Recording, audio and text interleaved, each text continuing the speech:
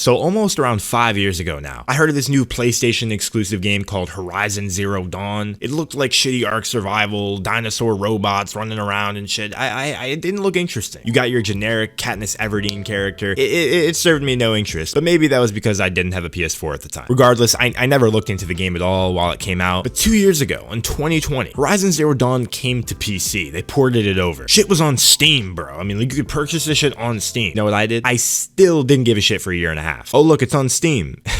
It still sucks. That's what I was saying in my head. But then I got a recommendation from someone to play the game. And holy shit. If only I knew the experience I was missing out on.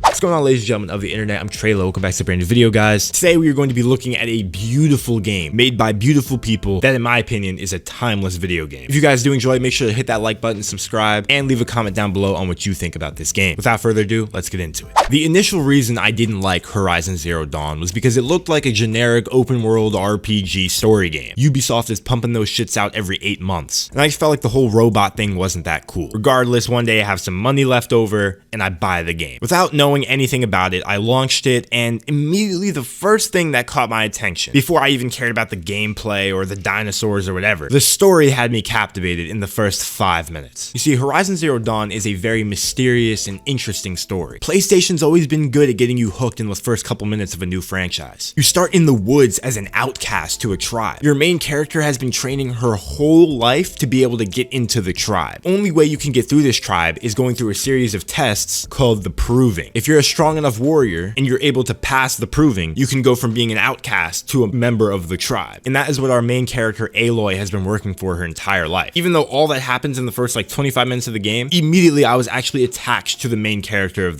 the game. And that doesn't happen all the time. The story is perfectly paced throughout the game. It's balanced, so you're still exploring the open world and finding things, but you're also going through the main campaign and unlocking some of the new things you get through there. After you get recruited into the tribe and everything, the mission becomes a lot more broad. You see, when your character was younger, you found a little electronic earpiece called a focus. The focus is basically like survival sense for pretty much any survival game. You press a button and it kind of gives you awareness of what's happening around you and allows you to interact with the world in different ways. In this case, it allows you to interact with the dinosaurs and shit. Anyway, this electric piece eventually connects you to a person, and that random person basically tells you that thousands of years ago they were humans and living normally on Earth until eventually all the robots came in and killed them all, and your mom is responsible for it. A lot of questions at the beginning of the game, but they do a great job unraveling what's happening and uncovering the mystery throughout the game. It's not like, oh, I gotta wait till the end to see what happens. Like, you're understanding it as you go, and they make it really easy to understand. Look, God of War has a good story. Spider-Man, had a decent story. The Last of Us had a tremendous story, but Horizon Zero Dawn definitely competes with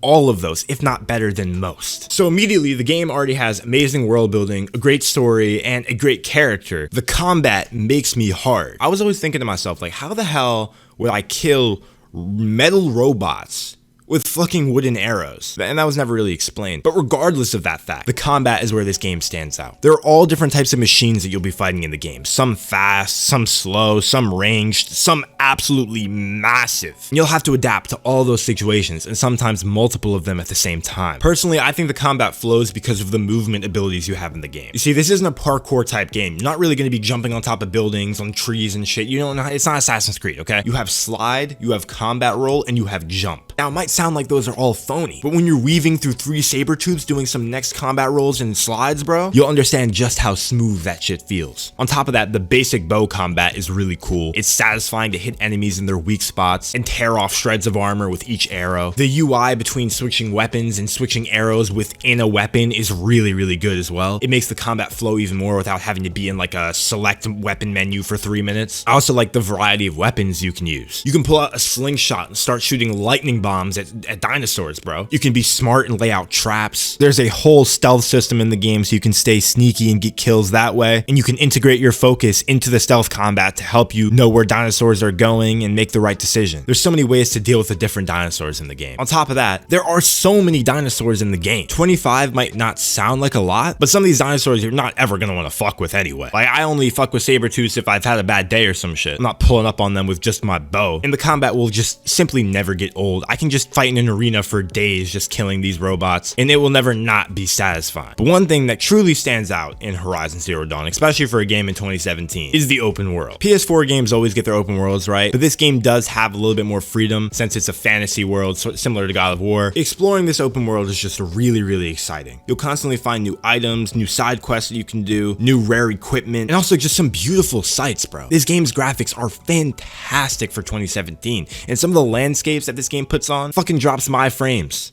I have a 3080, sexy ass game in every way. I also like the crafting system. I wasn't expecting there to be a crafting system in a game like this, really. I was expecting you have to buy things, but you actually have to craft your arrows, you have to craft your bombs, you have to keep track of your stuff. You gotta upgrade your pouches, how much ammo you can hold. I'd relate it closer to like a Far Cry 3, Far Cry 4 type upgrade system, where you have to find the hides and stuff to upgrade your gear. You can loot every dinosaur you kill. Sometimes they'll have rare items, sometimes they'll have items you can sell to people. I loved everything about this game's world, and they made it cooler by adding the focus. The focus was a tool of the past, you know, what people used thousands of years ago. And it's cool that warriors are still kind of putting them on and able to see glimpses of the old world. And I like how even though we're fighting in a fantasy world, this is still like Earth, you know? This is still the remnants of what used to be the entire world. Really, what set this game aside from others is just the fine detail in polishing. You can tell that every dinosaur was perfected with their animation sets. You could tell that the combat was made with care that makes it satisfying to kill enemies. You could tell that people actually sat down at a table and thought about a really well-rounded story. Nothing feels lackluster in this game. All the features feel like they're up to par with even 2022 standards of video games. Of course, I could think of some negatives and things that could be improved, but for the most part, when it comes to a solid single-player game that you can recommend to somebody and say this shit will be fire, Horizon Zero Dawn comes to the top of that list. I'm very aware that there's a second game, Horizon Forbidden West, and I still do not have a PS5 to play that game, but trust me, when that shit is ported over to PC, there will not be any hesitation to buy it. Even though I have heard that one is not as good as this game. Let me know in the comments if you agree with that. But I don't even care about the sequel, because at the end of the day,